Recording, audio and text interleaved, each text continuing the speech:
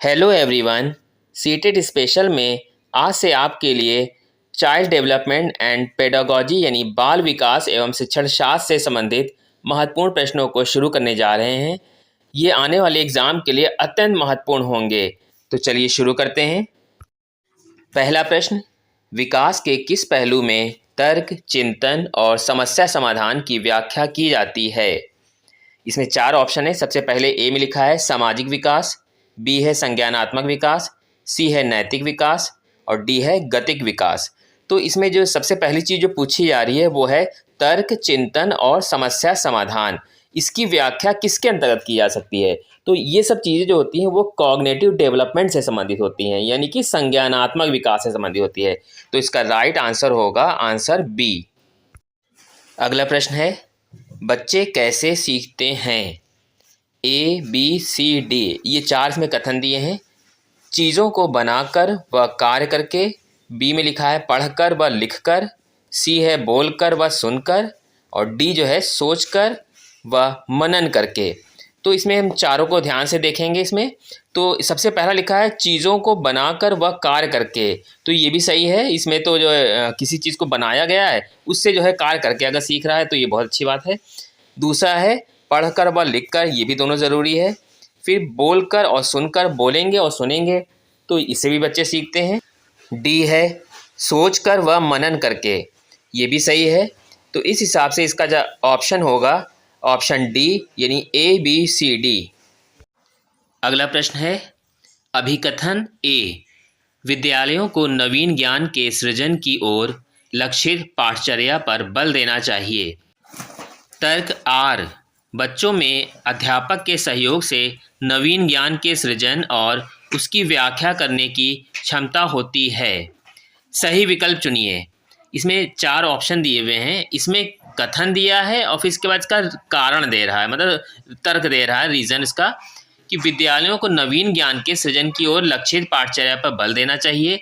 ये बिल्कुल सही बात है। और फिर बच्चों में अध्यापक के सहयोग से नवीन ज्ञान के सृजन और उसकी व्याख्या करने की क्षमता होती है। तो ये भी बिल्कुल सही है और ये इसका रीज़न भी है। ये जो ऊपर बोला जा रहा है ये इसका तर्क भी दे रहा है, तो ये तर्क बिल्कुल इस पर सटीक बैठता है। तो इसलिए जो इसका राइट आंसर होगा वो होगा उत्तर ए। ए और आर दोनों सही है, सही तो दोनों हैं ही, और आर ए की सही व्याख्या करता है, तो बिल्कुल सही है। तो इसका राइट आंसर होगा आंसर ए। अगला प्रश्न, अवलोकन द्वारा अधिगम को सुसाध्य करने हेतु एक अध्यापक को अधिगमकर्ताओं को सबसे पहले क्या करने का सुझाव देना चाहिए? ए दिया है उनके द्वारा अनुकरण की गई क्रियाओं का अवलोकन, बी है प्रतिमान की क्रियाओं को ध्यान करना, सी दिया है प्रतिमान की क्रियाओं को याद करना, डी दिया है प्रतिमान की क्रियाओं का अनुसरण और अभ्यास करना। तो इसमें देखिए कोई चीज़ अवलोकन की बात कही जा रही है, यानी ऑब्जर्वेशन की, तो इसमें क्या चीज़ होना चाहिए? खास चीज़। सबसे पहली चीज़, ऑब्जर्वेशन का मतलब ही होता है बहुत ध्यान से किसी चीज़ को देखना, ठीक है। तो इसमें बहुत ध्यान से कोई चीज़ अगर देखी जा रही है तभी वो उसके बारे में कंसेप्ट बना पाएगा।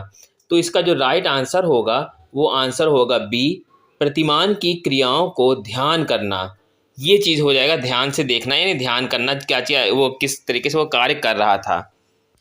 यहाँ पर प्रतिमान का मतलब मॉडल से है, मॉडल किस तरीके से काम कर रहा है उसको बहुत ध्यान से देखना, यानी कि ध्यान करना उसका।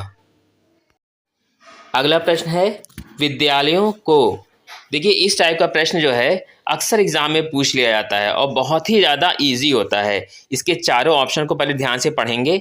तो इसमें जो सबसे पहले ए में दिया है, विद्यार्थियों की भावनात्मक स्थिति को अनदेखा करना चाहिए और पहले से सीखे ज्ञान को पुनरुत्पादित करने पर ध्यान देना चाहिए। देखिए इसमें जो ए जो दिया हुआ है इसमें एक निगेटिव चीज़ दी है कि विद्यार्थियों की भावनात्मक स्थिति को अनदेखा करना चाहिए। देखिए अनदेखा करने की बात कही गई तो ये तो बिल्कुल ही गलत है, तो ए ऑप्शन नहीं होगा।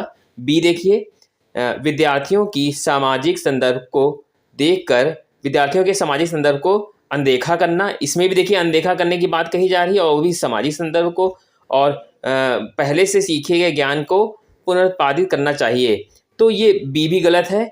सी देखते हैं, विद्यार्थियों के सामाजिक संदर्भ के प्रति विचारशील होना चाहिए और नए ज्ञान के निर्माण को अनदेखा करना चाहिए। देखिए इसमें भी जो नीचे लिख दिया गया है एक लाइन कि नए ज्ञान के निर्माण को अनदेखा करना, तो इस तरीके से देखें तो ए बी सी ये जो है तीनों के तीनों आंसर गलत हैं, क्योंकि इसमें कोई ना कोई छोटी सी बात जो है निगेटिव बोल दी जा रही है। अनदेखा करना, अगर बच्चे संबंधी कोई चीज़ अनदेखी कही जा रही है तो वो गलत ही होगी अक्सर।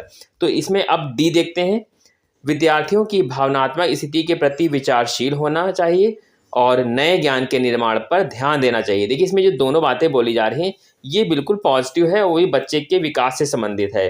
तो इसका मतलब ये जो है उत्तर डी यही इसका सही उत्तर होगा। विद्यार्थियों की भावनात्मक स्थिति के प्रति विचारशील होना चाहिए और नए ज्ञान के निर्माण पर ध्यान देना चाहिए, यही इसका राइट आंसर होगा।